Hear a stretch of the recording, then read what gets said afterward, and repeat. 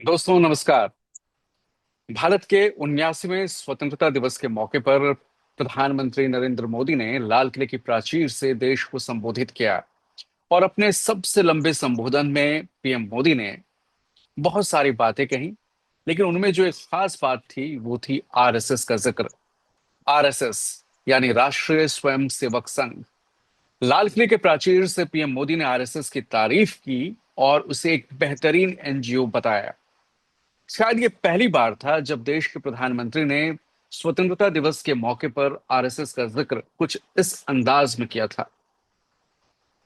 इस पूरे विषय पर हम चर्चा करेंगे और जानने की कोशिश करेंगे कि आरएसएस का देश की राजनीति में, देश के स्वतंत्रता आंदोलन में उसकी क्या भूमिका रही है, और मोदी और संघ का किस प्रकार का नाता है, बीजेपी का किस प्रकार का नाता है। और हमारे साथ हैं खास मेहमान, संविधान विशेषज्ञ और राजनीतिक शास्त्र के retired professor doctor Vijay Kumar Verma जी। वर्मा साहब, स्वागत है आपका।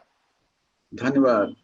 सबसे पहला सवाल तो यही रहेगा कि प्रधानमंत्री मोदी ने अपने 12वें भाषण में, 12वें साल जब वो लगातार तीसरी बार देश के प्रधानमंत्री हैं, उन्होंने आरएसएस की तारीफ की। इस तारीफ को किस नजरिए से देखा जाना चाहिए और इसके पीछे क्या निहितार्थ हैं? देखिए, लाल किले के प्राचीर से अभी तक किसी प्रधानमंत्री ने ऐसे संगठन का गुणगान नहीं किया था।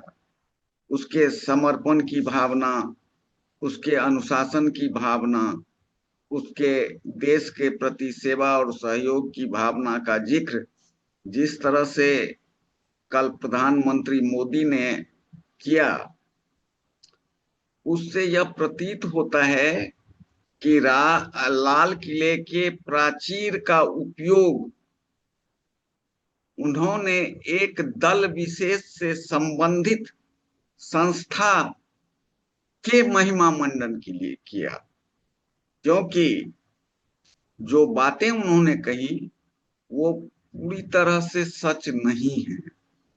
क्योंकि आजादी के दौरान जो आरएसएस की भूमिका रही थी, उसको किसी तरह से हम लोग राष्ट्र हित में नहीं कह सकते हैं। तो दूसरा कारण हमको लगता है कि प्रधानमंत्री और संघ के बीच अभी रिश्ते में कुछ तनाव है। उसके दो कारण हैं कि पहली बात तो ये है कि प्रधानमंत्री अभी अपने पद से रिटायर नहीं होना चाहते हैं, लेकिन अपनी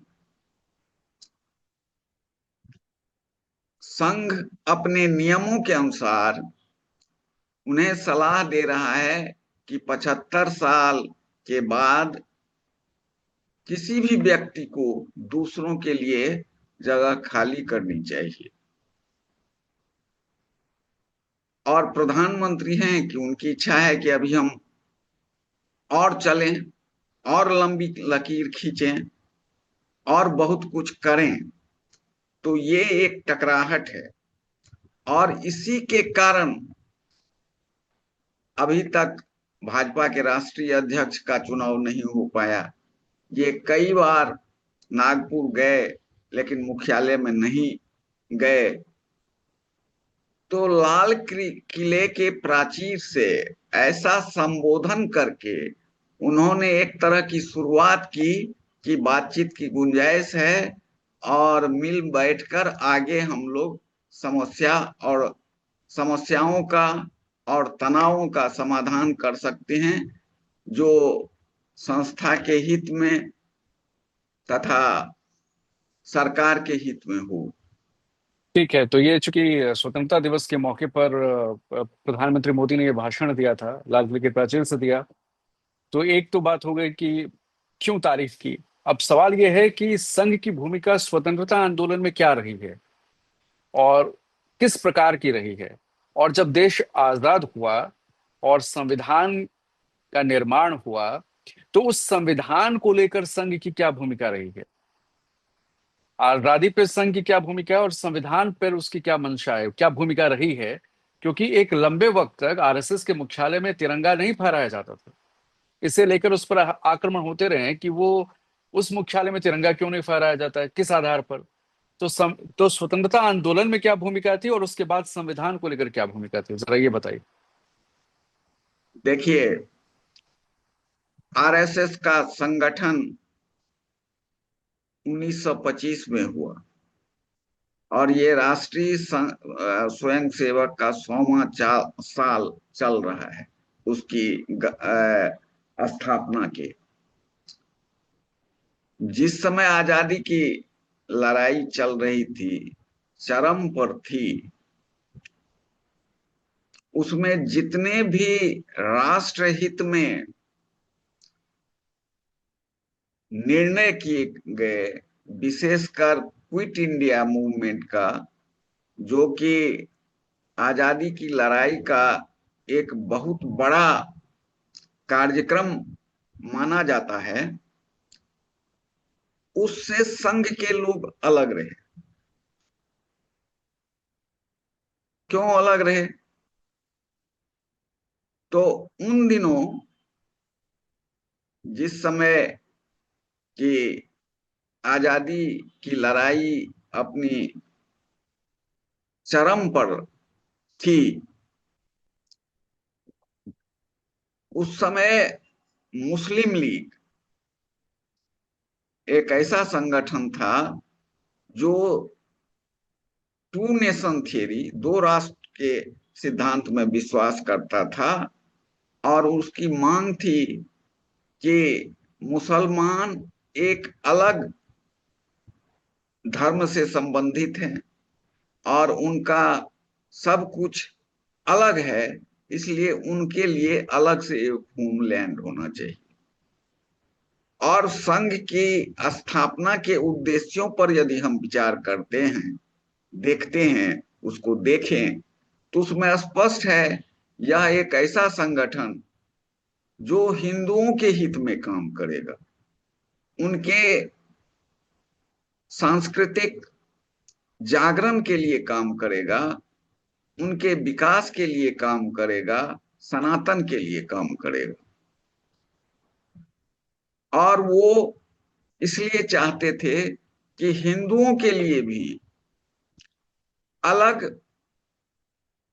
राज्य बने जिसमें हिंदुओं का प्रभुत्व हो। इसके लिए आप हिंदू महासभा द्वारा जो 1938 में अहमदाबाद में प्रस्ताव पारित किया गया,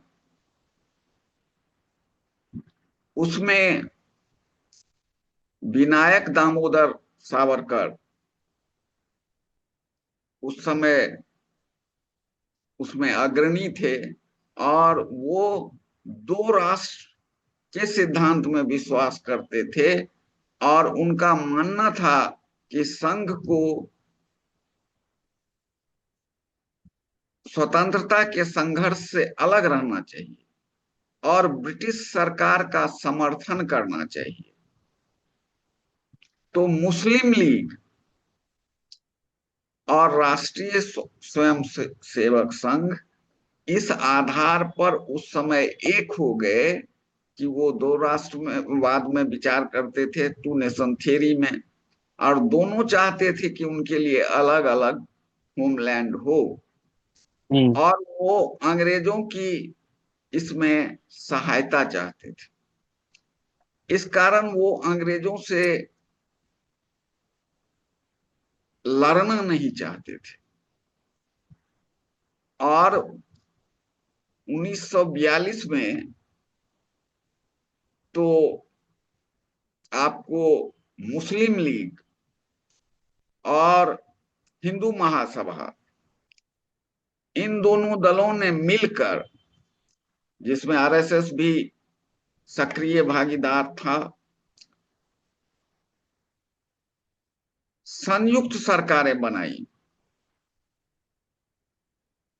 उस वक्त मतलब सरकार में Hindu Mahasabha. Quit India movement के समय कांग्रेस के सदस्य प्रांतीय विधानसभाओं से इस्तीफा कर चुके थे, हम्म। लेकिन इन लोगों ने इस्तीफा नहीं किया, मिलकर संयुक्त सरकार बनाया। और इन लोगों ने अंग्रेजों का इतना अधिक साथ दिया कि आंदोलन को दबाने की नीति अपनाई।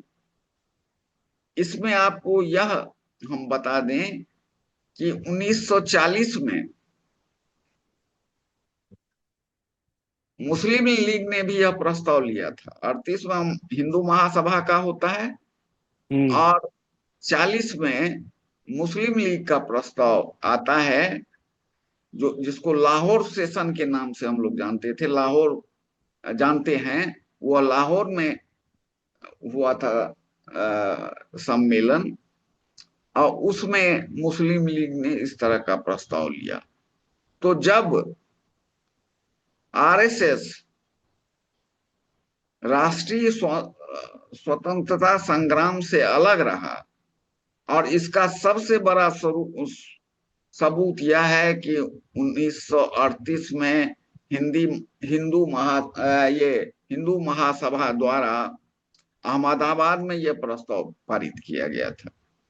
और इन्होंने जो पहले से जिन्ना का आंदोलन था अलग पाकिस्तान के लिए, जो 1940 में और मुखर हुआ, उसके साथ मिलकर अंग्रेजों के समर्थन के लिए इन्होंने सरकार चलाई। तो इससे अधिक राष्ट्र विरोधी कार्य क्या हो सकता था? और विपक्ष तो ये भी आरोप लगाता है कि उन्होंने अंग्रेजों के लिए खुफिया सूचनाएं इकट्ठा की और उन्हें सहायता पहुंचाई। ये विपक्ष आरोप लगाता बिल्कुल है कि सही, आरएसएस की भूमिका। बिल्कुल सही है। हर वो बात की गई जिससे राष्ट्रीय आंदोलन कमजोर पड़ सकता था। तो यानी यानी विनायक राव सावरकर भले हिंदूवादी नेता हो सकते हैं, लेकिन एक बड़े परिप्रेक्ष्य में, जिस समय आजादी की लड़ाई चल रही हो, और उस समय उनका जो हिंदू महासभा में अहमदाबाद में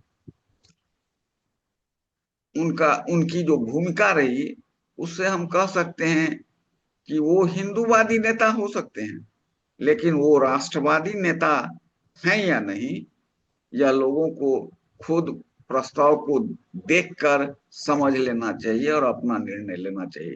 तो मुस्लिम लीग इसलिए जो वो, थे, मुस्लिम लीग जो थे, जिन्ना के बारे में तो ये कहा गया कि उन्हें जब वो एडामेंट थे, वो हर हाल में पाकिस्तान चाहते थे जिन्ना। और जिन्ना को गांधी जी ने अविभाजित भारत और पाकिस्तान का प्रधानमंत्री बनाने तक की पेशकश की थी, जिसे जिन्ना ने ठुकरा दिया था। उस वक्त जिन्ना की बीमारी की बातें भी किसी को पता नहीं थी कि जिन्ना इस तरह बीमार हैं और टीबी से पीड़ित हैं। तो वो बीमारी भी दबी हुई थी, नहीं तो शायद अगर वो पता चलता तो शायद माउंटबेटन कुछ वक्त और इंतजार करते। तो उस वक्त की जो राजनीति में आप कह रहे हैं कि दामोद सावरकर और जिन्ना दोनों एक राह पर थे, और दोनों चाहते थे कि सावरकर चाहते थे कि हिंदू राष्ट्र बने, जिन्ना चाहते थे मुस्लिम राष्ट्र बने। हाँ, मुसलमानों के लिए अलग राज्य हो हाँ। और हिंदुओं के लिए अलग हो, यानी तो लेकिन ये दोनों, जी, लेकिन ये दोनों आप बता रहे, पूरी बात कीजिए। लेकिन ये दोनों आजादी के मुख्य, जिन्ना तो थे ही अलग, हम्म। सर सैयद से प्रभावित थे और वो पाकिस्तान बनाना ही चाहते थे, और उनको उससे कोई डिगा नहीं सकता था। बहुत प्रयास हुआ गांधी के द्वारा भी और अन्य लोगों के द्वारा, तो उस पर अड़े थे। और ये आरएसएस और हिंदू महासभा, इनका भी दृष्टिकोण वही था। वो मुख्य धारा से अलग एक नई बात कर रहे थे कि हिंदू का अलग। वो ऐसी बात नहीं कर रहे थे कि एक ऐसा राष्ट्र जिसमें हिंदू, मुस्लिम, सिख, ईसाई सभी रहें, और जिसके लिए कांग्रेस संघर्ष कर रही थी, उससे ये अलग थे। और इनका दृष्टिकोण अलग था। यानी एक पिच पे थे, एक हिंदू के लिए कर रहा था, एक मुस्लिम के लिए कर रहे थे, और कांग्रेस चाह रही थी कि देश का बंटवारा ना हो। कांग्रेस चाह रही थी कि बिल्कुल कांग्रेस देश के बंटवारे के पक्ष में नहीं थी, लेकिन जो परिस्थितियां आगे चलकर बनी, ठीक है, उसमें कांग्रेस के लिए भी कोई विकल्प नहीं था। अगर ठीक है मान उस लीजिए कि, जी। एक सेकेंड, अगर मान लीजिए कि कांग्रेस इससे अलग हो जाती या इंसिस्ट करती या उसको और प्रोलॉन्ग करती आंदोलन को, और अगर किसी तरह से यह संयुक्त भारत, वैसे अंग्रेज भी नहीं चाहते थे कि संयुक्त भारत हो, इसीलिए उन्होंने देशी रियासतों को ये सुविधा दी कि वो आप चाहे तो अलग भी रह सकते हैं। हम्म। तो अंग्रेज भी नहीं चाहते थे, लेकिन अंग्रेज दे भी देते तो जिन्ना संयुक्त भारत स्वीकार करते कि नहीं, और एक नया आंदोलन उभरता, और फिर भारत की स्थिति क्या होती, ये कह पाना मुश्किल है। तो मतलब संघ की भूमिका आंदोलन में, संघ ने मुस्लिम लीग वाली राह चुनी, जहां तक अपनी अपनी मनमर्जी के हिसाब से कि उनकी जो भूमिका थी उस उसके लिए उन्होंने वो राह चुनी, और कांग्रेस के साथ वो आजादी के लिए मैदान में नहीं उतरे कभी। बिल्कुल नहीं, आजादी के पहले तो सवाल ही नहीं उठता है, बाद में भी नहीं उठा। और आपने एक यह प्रश्न किया कि संविधान। संविधान, जी, अब मैं संविधान पे आप बताएं कि संविधान, क्योंकि पहली जो सरकार बनी थी उसमें श्यामा प्रसाद मुखर्जी तो शामिल हुए थे नेहरू की सरकार में। हम्म तो संविधान पे क्या भूमिका रही थी, और फिर उन्होंने क्यों इस्तीफा दिया था, और तो संघ की क्या भूमिका थी संविधान को लेकर? सुनिए, अगर श्यामा प्रसाद मुखर्जी के बैकग्राउंड पर जाएं, तो वो 1929 से 30 तक बंगाल असेंबली में कांग्रेस के सदस्य थे, लेकिन वो हिंदूवादी विचारधारा से अधिक प्रभावित थे, और वो कभी उसके बाद कांग्रेस से अलग होकर इधर मिल गए। अब सवाल उठता है कि क्यों उनको मंत्रिमंडल में लिया गया। तो जब अंतरिम सरकार बनी, तो गांधी जी का सुझाव था, क्योंकि उस समय सो देश का पार्लियामेंट निर्वाचित नहीं हुआ था, और पार्लियामेंट के लिए चुनाव भी नहीं हुआ था, थोड़ा सा कैमरा आप ऊपर, कॉन्स्टिट्यूएंट असेंबली के लिए चुनाव हुआ था। थोड़ा कैमरा, आप कैमरे की तरफ झुक के आप बात कीजिए, क्योंकि आपका चेहरा पूरा नहीं आ रहा है। हाँ, तो उसको आप ऊपर कर लीजिए ऐसे थोड़ा।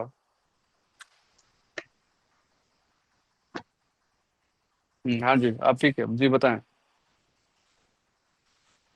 हाँ, तो मैंने कहा कि पहले कॉन्स्टिट्यूएंट असेंबली का चुनाव हुआ, और ये चुनाव 1946 में हुआ। अंतरिम सरकार सितंबर में गठित हुई ट्रांजिशन को ठीक ठाक ढंग से लागू करने के लिए, और पार्लियामेंट का यानी लेजिस्लेटिव फंक्शंस भी इसी कॉन्स्टिट्यूएंट असेंबली के द्वारा ही किया जाता था।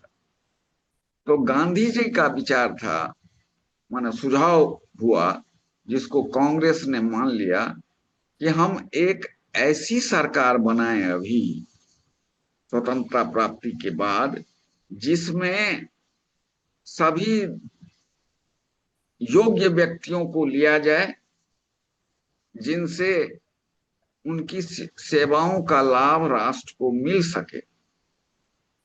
और पार्लियामेंट का चुनाव उस समय हुआ नहीं था, और कांग्रेस ही कॉन्स्टिट्यूएंट असेंबली में सबसे बड़ा दल था, उसके 208 सदस्य थे। तो उस आधार पर श्यामा प्रसाद मुखर्जी को मंत्रिमंडल में लिया गया, लेकिन ये कश्मीर के मामले पर इनका दो था मुख्य। एक तो ये हिंदू महासभा के विचारों से प्रभावित थे, या उसके प्रणेता भी कहिए, थियरिस्ट भी थे, और मंत्रिमंडल से रिजाइन। और दूसरा इनके रिजाइन करने का कारण था नेहरू लियाकत पैक्ट, जिसको कि 1950 में जो हुआ, और उसको दिल्ली समझौता भी कहते हैं। उस समझौते के हिसाब से माइनॉरिटीज, श्यामा प्रसाद मुखर्जी का कहना था कि जो माइनॉरिटीज, हिंदू माइनॉरिटीज हैं, उनके हितों की रक्षा इस संधि से पूरी तरह नहीं हो पाएगा। उनके त्याग पत्र देने का एक कारण। दूसरा कारण कश्मीर को लेकर था। श्यामा प्रसाद मुखर्जी चाहते थे कि सारे देश के लिए जो संविधान कानून है वह कश्मीर में उसी तरह से लागू हो। लेकिन उस समय में कश्मीर में एंट्री परमिट के आधार पर था, फ्री एंट्री नहीं था 50 के बाद समय में। तो उसका विरोध करने वो कश्मीर गए। वहां उन्होंने विरोध किया, चाहा कि हम कश्मीर के भीतर प्रवेश करेंगे, लेकिन जम्मू कश्मीर की पुलिस ने इनको अरेस्ट कर लिया और इनकी तबीयत बिगड़ी। दूसरे दूसरे ही दिन अरेस्ट होने के बाद पता चला कि इनके हार्ट में प्रॉब्लम है और इनको हॉस्पिटल ले जाया गया। लेकिन दूसरे ही दिन इनका, जैसा कहा जा रहा है कि हार्ट अटैक से इनकी मृत्यु हो गई। लेकिन जब इन्होंने मंत्रिमंडल छोड़ा तो उस समय इन्होंने जनसंघ की स्थापना की, और जनसंघ के प्रमुख के रूप में वह कश्मीर में प्रवेश कर रहे थे। अब संविधान की बात और तिरंगे की बात। संविधान को आरएसएस के लोग इसलिए नहीं मान्यता दे रहे थे बहुत दिनों तक कि इनका कहना था कि यह संविधान हमारा नहीं हो सकता जो मनुस्मृति पर आधारित नहीं है, जो हम्म। सनातन के भावना और विचारों पर आधारित नहीं। उन्हें मनुस्मृति वाला संविधान चाहिए। हाँ, और इसके लिए, तिरंगा के लिए उनका कहना था कि नहीं, तीन रंग अशुभ है, तीन रंग नहीं होना चाहिए, और इसका रंग भगवा होना चाहिए। तो इस कारण से इनको तिरंगे पर भी रिजर्वेशन था। इसलिए बहुत दिनों तक, आजादी के बहुत दिनों तक आरएसएस के कार्यालय में खास करके तिरंगा नहीं फहराया जाता था। ये 2002 से फहराया जाने लगा। मतलब तो अब इन्होंने अब विरोध अब तो किया, लेकिन अब इनकी संख्या इतनी नहीं थी कि ये अपनी बातों को मनवा सके। अच्छा, तो अभी की तारीख में क्या है कि 2002 से भगवा की जगह अब तिरंगा फहराया जाता है आरएसएस पे, मुख्यालय पे। हाँ, सीमित दो ही अवसर हैं उस पर इस तरह की बात है, फहराई जाती है। अब अच्छा। तिरंगे को फहराया जाता है। यानी संविधान मनुस्मृति पर आधारित नहीं था, इसलिए उनका संविधान से विरोध था। तिरंगा, तीन रंग अशुभ होते हैं और भगवा सनातन और का उसका प्रतीक है, रंग इसलिए भगवा होना चाहिए। इसलिए उनको भगवा झंडे से रंग भी। नहीं है, ऊपर से तीन रंग है, जो हम्म। हिंदू, उन लोगों के अनुसार हिंदू मान्यताओं या सनातन की मान्यताओं के यह अनुरूप नहीं है, अशुभ है। कारण जो भी हो इसके विरोध का, लेकिन मुख्य रूप से यही कहा गया कि भारत के झंडे का रंग एक होना चाहिए, वो भगवा होना चाहिए। तो संघ की जो, जैसे सबसे पहले तो भूमिका, सवाल उठा है संघ की भूमिका पर, जो सवाल उठे वो है कि महात्मा गांधी की हत्या हुई तो अ, गोडसे को बताया गया कि वो हिंदू महासभा के सदस्य थे। तो हाँ, ये आज तक साबित हुआ है कि गांधी की हत्या में संघ की भूमिका थी, कि अभी भी ये साबित नहीं हो पाया है? नहीं, देखिए, फर्स्ट पार्ट में आपने पूछा कि आजादी के दौरान, और आजादी मिलने के बाद चूंकि ये लोग गांधी को यह सोच रहे थे कि गांधी के ही कारण सो ये सब हो रहा है, और अगर गांधी जी चाहते तो ये सारी बातें रुक सकती थी, हिंदुओं का और बेहतर सुरक्षा मिल सकती थी हिंदुओं को। और इन लोगों में इतना नफरत था, नफरत इतनी थी गांधी के प्रति,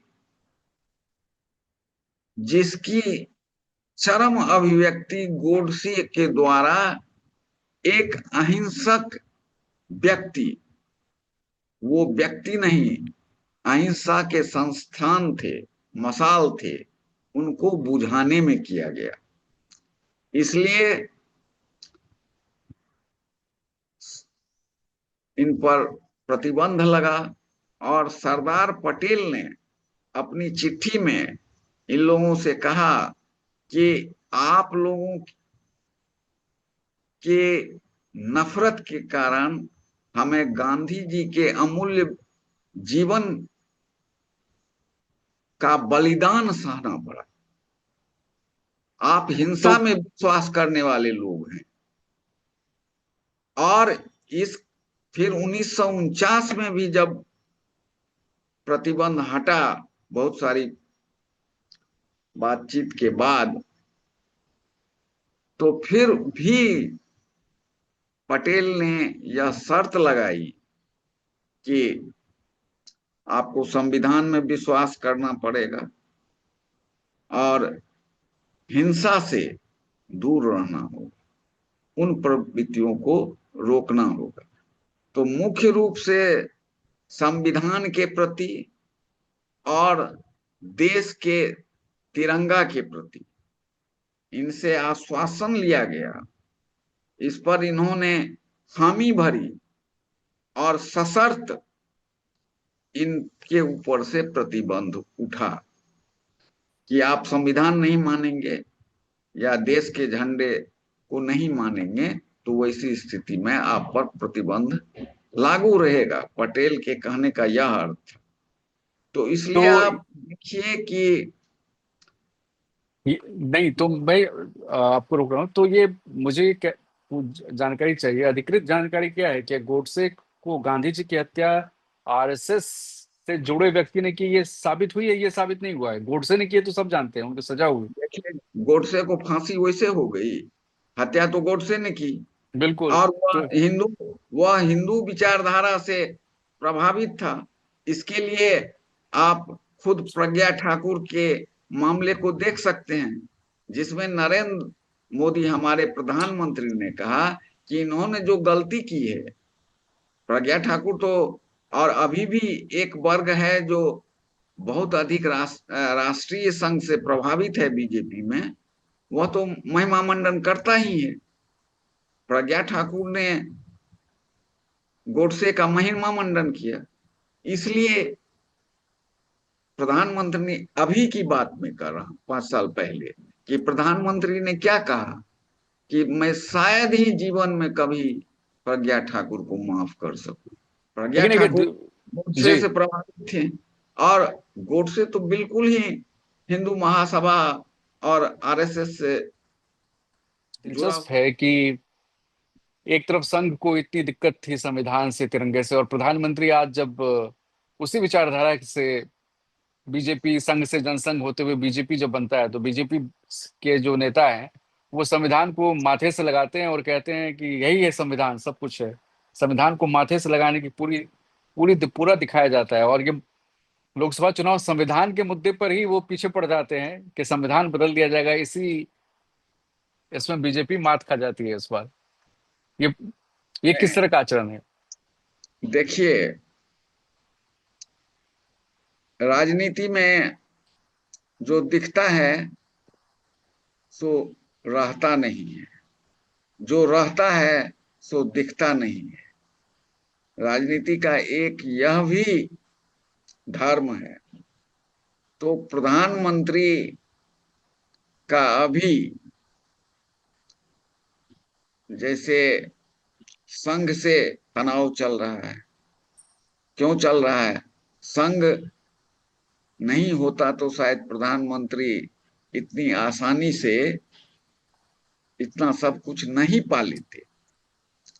लेकिन आज उनको लग रहा है कि हम संघ को अलग रख करके भी सत्ता में रह सकते हैं, और सत्ता के प्रति उनका मोह है। सो लोकसभा कल लाल किले के प्राचीर से उनके संबोधन में स्पष्ट रूप से दिख गया है, और वो इसमें लगे हुए हैं कि बीच बचाव करके किसी रास्ते से उन्हें मार्गदर्शन मार्गदर्शक मंडल में नहीं जाना पड़े, क्योंकि पास में वो बहुत सारे लोगों को मार्गदर्शक मंडल भेज चुके हैं। तो इस कारण वो आज संघ की संघ का महिमा मंडन कर रहे हैं, उसका गौरव गान कर रहे हैं, उनके प्रति लाल किले के प्राचीर से कह रहे हैं कि हम सभी संघ सेवकों का नमन करते हैं। वो खुद भी प्रचारक और संघ से संबंधित रहे हैं, और उनको खुद भी पता है कि संघ ने आजादी के पहले क्या किया, और आजादी के बाद महात्मा गांधी की हत्या के कलंक से संघ अपने आप को मुक्त नहीं कर पाया है। लाख कोशिश होती है। अभी कई लोग ये कहते हैं, संघ समर्थक, कि आजादी की लड़ाई में संघ संगठन के रूप में नहीं रहा, लेकिन उसके कार्यकर्ता उसमें भाग ले रहे थे। ये कैसा है? मान लीजिए कोई कहे कि हमारे दल का यह निर्णय नहीं था, अगर कोई करता है तो वह तो व्यक्तिगत रूप से करता है, वह पूरी तरह से स्वयं सेवक नहीं भी हो सकता है। हम्म। और संघ का इतना प्रभाव रहने के बाद भी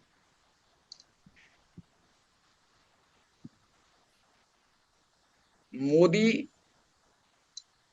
बिना संघ के यह साहस नहीं जुटा पाते हैं, क्योंकि संघ का प्रभाव ही इतना है कि वो अध्यक्ष की घोषणा कर दें, वह यह कह दें कि हम प्रधानमंत्री। अभी वो इस पर कुछ बोल नहीं रहे हैं, अभी संकेत दे रहे हैं। तो इसलिए, लेकिन संघ की भी कहीं न कहीं सीमा तो होती ही है। और एक जो कहावत है कि water six its own level, विज्ञान में, वो राजनीति में भी है कि power six its own level. Power कहाँ रहेगा, किधर जाएगा, बहुत मुश्किल है बता पाना। और राजनीति में क्या होता है और क्या होगा, इन दोनों में फर्क करना भी काफी मुश्किल है। और आखिरी सवाल कि अब संघ पे प्रतिबंध भी लगा। नेहरू ने सशर्त संघ को प्रतिबंध से मुक्त सरदार पटेल ने मुक्त किया। आ, संविधान को लेकर, तिरंगे को लेकर उनकी भूमिका पर भी सवाल उठे। और अब जब संघ खुद को कहता है कि वो गैर राजनीतिक संगठन है, लेकिन उसके राजनीतिक विंग है, पॉलिटिकल विंग है, बीजेपी संघ से ही पॉलिटिकल विंग है, और बीजेपी इस संघ की मदद से ही सत्ता में है। तो अब बीजेपी, अब क्या संघ का रूप बदला है इतने सालों बाद? क्योंकि कांग्रेस के भी कुछ नेता जो रहे हैं वो संघ के मंच पर दिखे हैं, प्रणब मुखर्जी भी संघ के मंच पर दिखे थे दशहरा केस पे। तो क्या अब संघ ने अपना स्वरूप को बदला है? क्योंकि अब भी जो उनके देखिए, संघ का स्वरूप मूल रूप में नहीं बदला है, और संघ का इतना फॉलोइंग नहीं है कि वह सिर्फ अपने बल से पूरे देश पर की सत्ता को संभाल सके।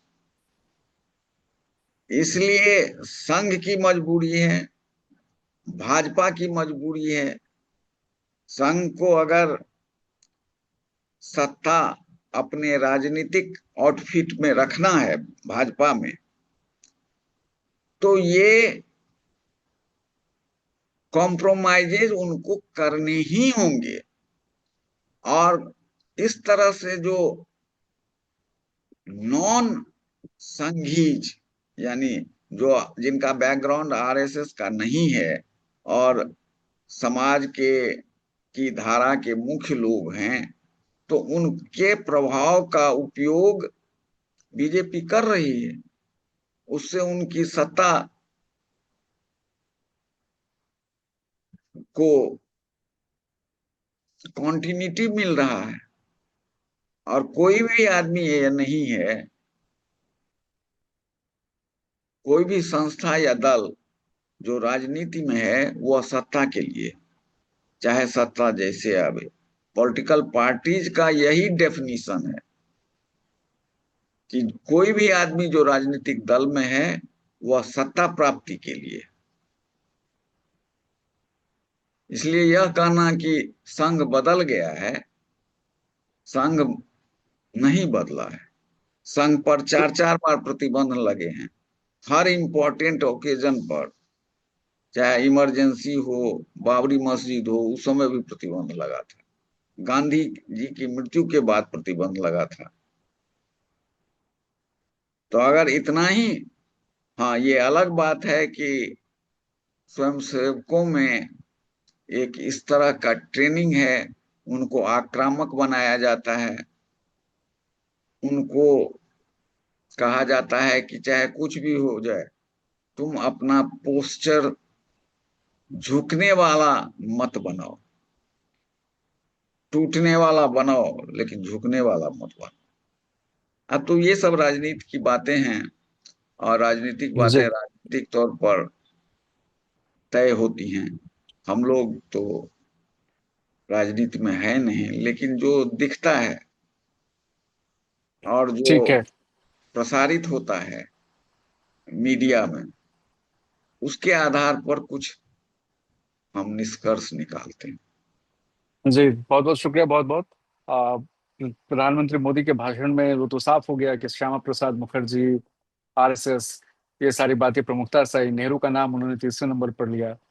कांग्रेस का नाम लेने से उन्हें वैसे ही दिक्कत होती है। तो नहीं, एक बात और है कि अगर ये करना था, उन संस्थाओं को, संगठनों को लाल किले के प्राचीर से अगर धन्यवाद ही देना था, महिमा मंडित ही करना था, तो क्या आरएसएस से कम योगदान आजादी की लड़ाई में कांग्रेस का है क्या?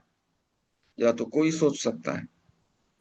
कांग्रेस के बारे में आजादी के बाद कोई बात उठाई जा सकती है, लेकिन आजादी के संघर्ष के दौरान, संग्राम के दौरान कांग्रेस के विरुद्ध क्या है, ये तो किसी को बताना चाहिए। तब उसकी निष्पक्षता साबित होती है। नहीं, तो मोदी निष्पक्ष नहीं है, वो तो बीजेपी के हैं। और वहां पे प्रधानमंत्री बीजेपी के प्रधानमंत्री, देश के हाँ, प्रधानमंत्री तो जो कि बीजेपी से जुड़े हुए हैं। और उन्होंने इसलिए उन्होंने इसलिए संघ, प्राचीन का उपयोग कर लिया। और इसलिए उन्होंने उस प्राचीन से 12वीं बार शायद, बहुत सही है कि संघ को याद किया है, ताकि संघ भी उन्हें याद रखे, कि उन्हें हाँ, ये ये कि उन्हें सही। मार्गदर्शक मंडल बना भेजे। बहुत बहुत धन्यवाद इस चर्चा के लिए। आगे और मुद्दे पर आपसे बात हुई। बहुत बहुत धन्यवाद। धन्यवाद, धन्यवाद।